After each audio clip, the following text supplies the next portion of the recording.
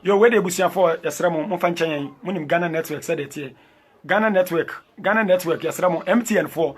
Pacho band no boarding, Yasramo, band and Yedisika Neto, into Yedia Juma, Pacho, Moon provide good network service. Never Yejuma, and Tessa, MTN4, yo, Ebusia for Yadamasi.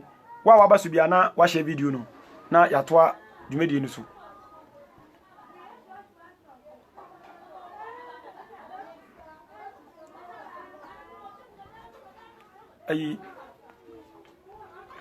Ebusa for Yasramo Mofanchan, and Yape, well, and Yape say, ye video na network na distracting, na yate, na ya corner asaba.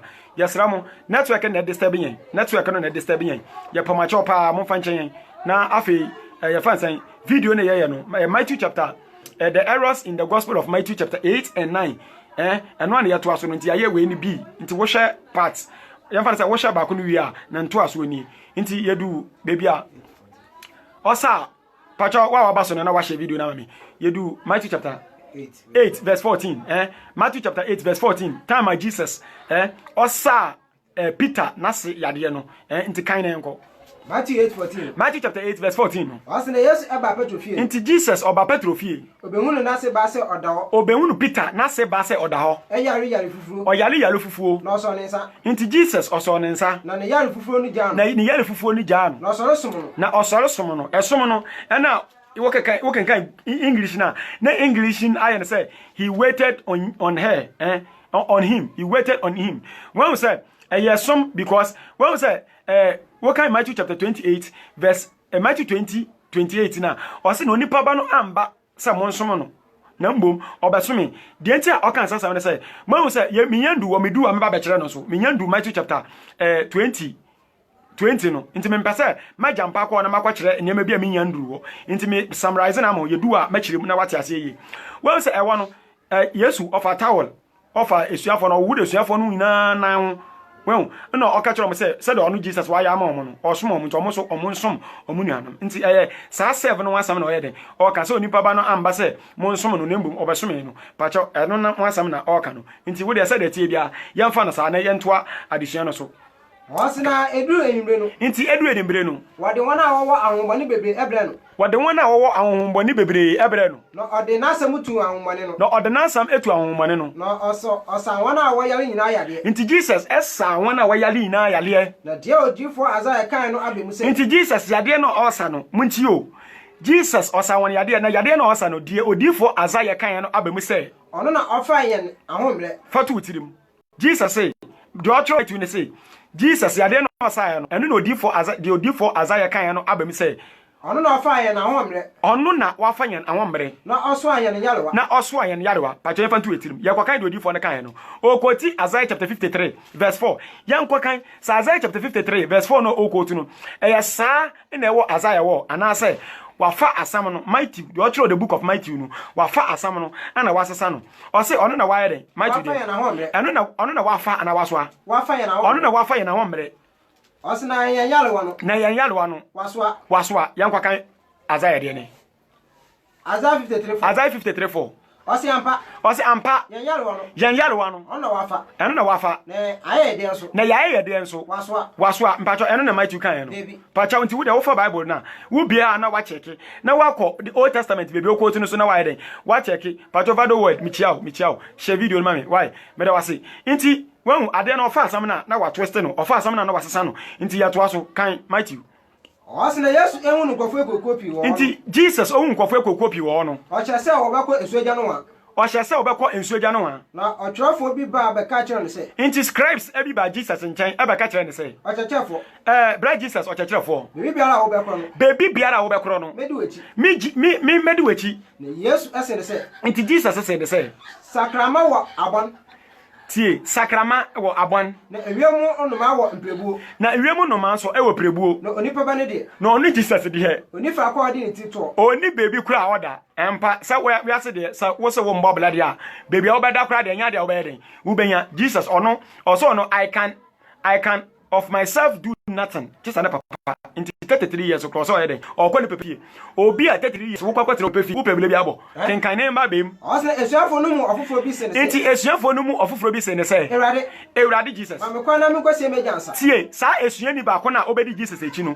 Nem papeu. Into see Jesus. Mama kwan na mi kwasi me papa ansa. Yes, I say. See nyansa sama Jesus e be ka kire. Ni Jesus e ne say. Dimechi. Na ma ewufo ensie won ewufo. Ma ewufo ensie won ewufo. Den na opeso kire no. Opeso kire ne say omo nji Yesu ndi na e ewufo. Nti onu de momo nko ne papa na ewu no kra on forget. Momo ndi papa momo nko ne papa ewu kra on forget no be di Jesus echi. Me pa cha wo ye obi na say sabi pray there sa. Wo ye obi na sabi pray there sa. We de manis mina so. Sa adwin de wutirim. Na sa obi kasa asem we kira wo. Sa wo ko di Jesus echi. Na sa wo papa ewu. Na wo sra kwan. Say, oh, me papa ewu. Na mami nkwasi me papa. Na me mbra na e kasa akire wa sabi pray there sa. Nyansa wom. Bible say yendi yeja ene ye na eni. Ne papa ewu. Onja ne papa man nda abonten. Sa.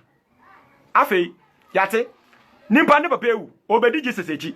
Jesus say onja no. Mama nkwa ne papa nchen. Onu Jesus nso. Sa asem we. Ebi to no. Yansha na brabo. Na yemfa ngeji nimpa ne de no. Na yansha de kwesi ye. John chapter 11. Verse 7. John chapter 11 verse 7. John chapter 11. John chapter 11 verse 7. The verse number 7. Verse 7 no. Osina no echi. Osina no echi no. Osina esuafo ne say. Osina esuafo ne say. Ose mama yanko Yuda bio. Mama yanko Yuda bio. Esuafo ne say. Esuafo ne say. Rabbi. Ina say yara. And the Yuda for the show so obesi wabo. And the Yuda for the show so obesi wabo. Na woluko obio. And na woluko obio wi. Yesu ebu ase. Into Jesus. Ebu a esuafo ne say. Enya no hwe dumienu na ewo dabakumu. Enya don hwe dumienu na ewo don bakumu, edabakumu. Sa obi na mewia. Sa obi nam ewia. Onsunti. Efrise. Ohunu wiase han. Na se obi na me pa cha mo mo hwe me no mo nye ye favor. Yesra mo video no. Mo share video no. Mo share video no mayen. Kan. Na se obi na manadwo a. Osunti. Efrise. Han eni sa nipa ni mu. Okaye nu. Jesus eka yi nu. Na enu echi nu. Ose ne suafo ne say. Yan Adam for Lazarus ada. Yan Adam for Lazarus why den? Yan Adam for Lazarus why den? Me pa cha wada kan na mba be mu. Na me lokoma ko nyane no. Inti Jesus na Adam for Lazarus on mo suafo no nyina on Adam for Lazarus. Na Lazarus no wada. Inti Jesus say suafo no ndi nechi. No mu nkwaja no nkwa nyane Lazarus na wada no kan. Ene ne suafo no ka se. Ene ne suafo no kan se. Ewrade. Sa wada dia. Bra Jesus. Sa Lazarus wada dia. Obeso. Onu abeyane no wada kwanyane se. Lazarus baby when you need that's wada wo ba ka kire suafo nyina se ye wusi na kwanya ne Lazarus awada no nyansa nim nto so wada munja no na ono abeden e be so le kan na yem yeja Yesu die o kan ni wo asam ene Yesu kire se Lazarus no enye nda bi na wado na ye no wo na Lazarus ewu no asam na o ka kire suafo no na wan die wo susu se enda pan asam na oreka wo susu se eye nda keke ena Lazarus wada nta ha no so Jesus na danfo ewu Yansha na blabo kenkan na ye bieja Yesu asin wo pefe say na afi Jesus ka kire esuafo no pefe say Lazarus ewu esuafo asema me kan mu ntia say ye dan for Lazarus why den kenkan na ye bieja na munti bieja eya me de say mini wo na munti eya me de say mini bebe Lazarus ewu no kan na majedi na so mo ma yankwa ne nche na so mo ma ye den yankwa ne nche nye Jesus no o ka kire obi say obi ni papa ewu a ono de on forget no mba na bra onu na danfo me pacho sabi mpene desa wo papa ene wa danfo wu a de onye na say kweyi wo papa ne wa danfo wu a de onye na say kweyi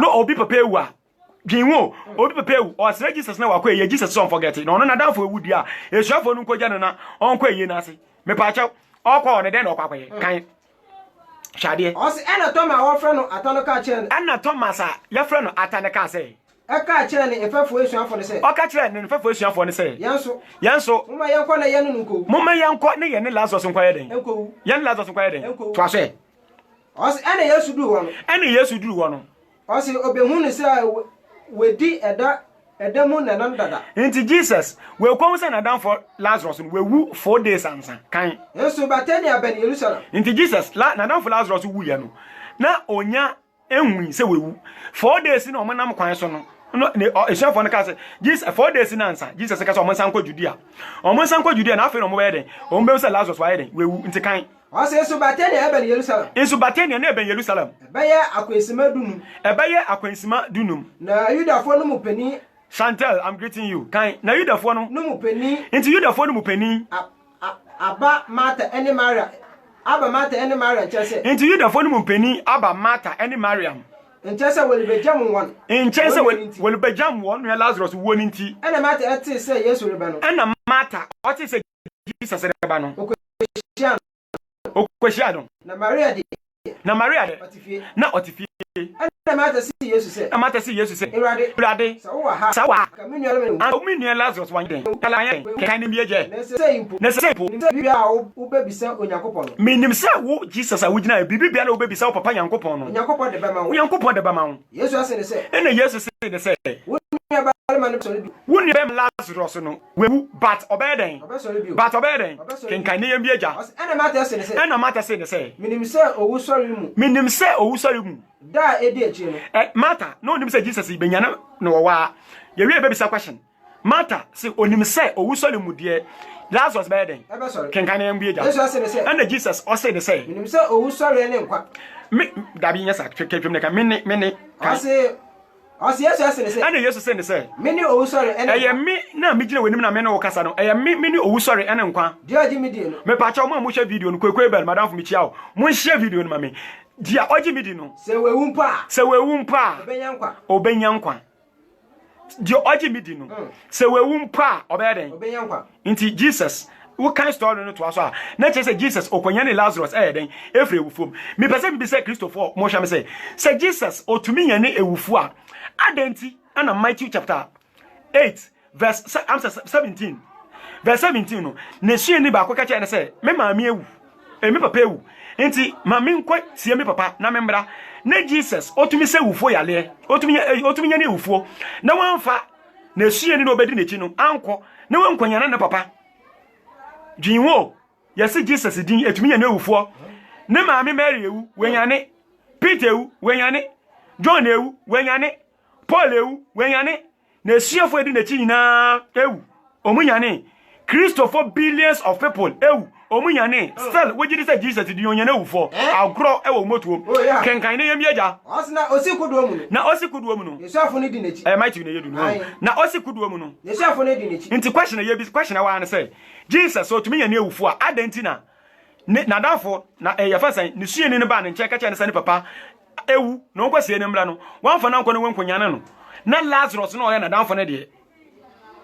wakwekwanyane no na moreover o say kacha ne say on forget ne papa ni wo no bedi nechi ono na danfo Lazarus ewu a ono de wan forget ordination afo ni na di nechi but you use watching na book we comic book kokwana story da kenkan na yambieja osi no osikuduo mu no enti osikuduo mu no yesiafo ne di nechi tio hwade Jesus ebe na yesiafo ne di nechi na hwe ehum kase bitu epo ehum kase bitu ewe epo no so na ema asoche ne bu bakata akodo no so enti asoche no ebu bakata akodo no so na ono de na Jesus de na wada me pa Jesus de na waya de na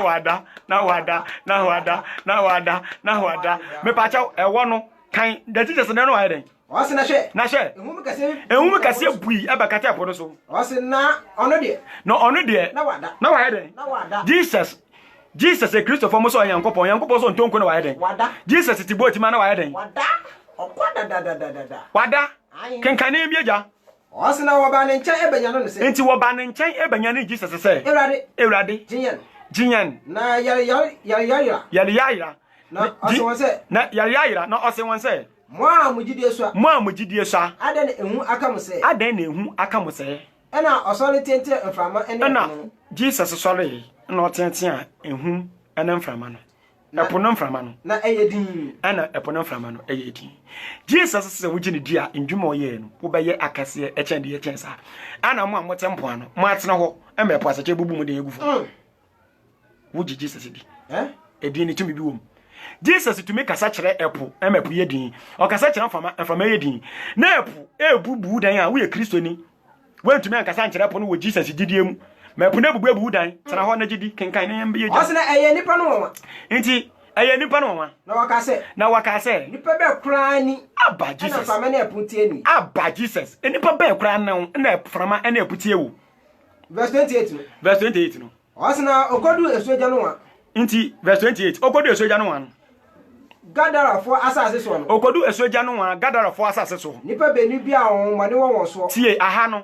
Nipa benu. Omo yetu. Nipa benu bi a ahonmone won so. Efri abodamu behia no. Efri abodan mu behia Jesus. Oye remfo se. Oye anfo se. Enti obiara ntumi ntim okwa so. No mo ye what? Enti kwan no so no obi ntumi twem ho. Na hwe. Na hwe. Otete mu se. Wotete mu se. Den na ye ne wo yo. Eden na ye ne wo Jesus wo yo. Yankopon ba. Yankopon ba. Wo ba ha se wo le betete yen ansana bra no edura na. Wo ba ha se wo le betete yen ansana ye bre aso na. Nanso mprekokuo kase bi erididi achichi. Nanso na mprekokuo kase erididi echichichi. Na ahonmane no sra no se. Intitie. Ahonmane Jesus ende meni umienu yebetie se Jesus se otie ahonmane nde na odi adwuma anase otie ni papa Yankopon ende obetwisu wan kenkan ne yemieja. Asna ahonmane no esra no se. Na ahonmane no esra Jesus se wutu yana. Jesus se wutu yana. Mai ose mayankwan na yanko mprekokuo yi. Mayankwan na yanko mprekokuo no mu. Na ose wan se. Monko. Na wo firi edi ko mpreko no mu. Na wo firi edi eko mpreko no mu. Na hwe. Mpreko ni na abo rididi. Enti Jesus etie efasa ahonmane no ma ahonmane no ko mprekokuo no mu. No mu nyina ye den. Asna mpreko ni na abo akridi. Enti mpreko ni na abo akridi. Esane obotan kokoro no. Esane abotan kokoro no mu. Ekogu epu no mu. Ewuwu nsuo no. Egugu enti chase aha no Jesus ahonmane de aka na ye den etie ye. Yem bi se Jesus otie ahonmane anase otie ni papa. John chapter 5 John chapter 5 verse 30. John 5:30. Ose medie me ntumi me hya me ya hwe. Medie me ntumi me hya me ho nya hwe. Sade metie no. Ana me bu aten. Na matemmo no ye tenene. Na me hwehwe de amara mepe. Me Jesus me hwehwe de amara mepe. Na dia osoma me no. Apede. Dia osoma me na apede. Inti Jesus nya de ope no ye.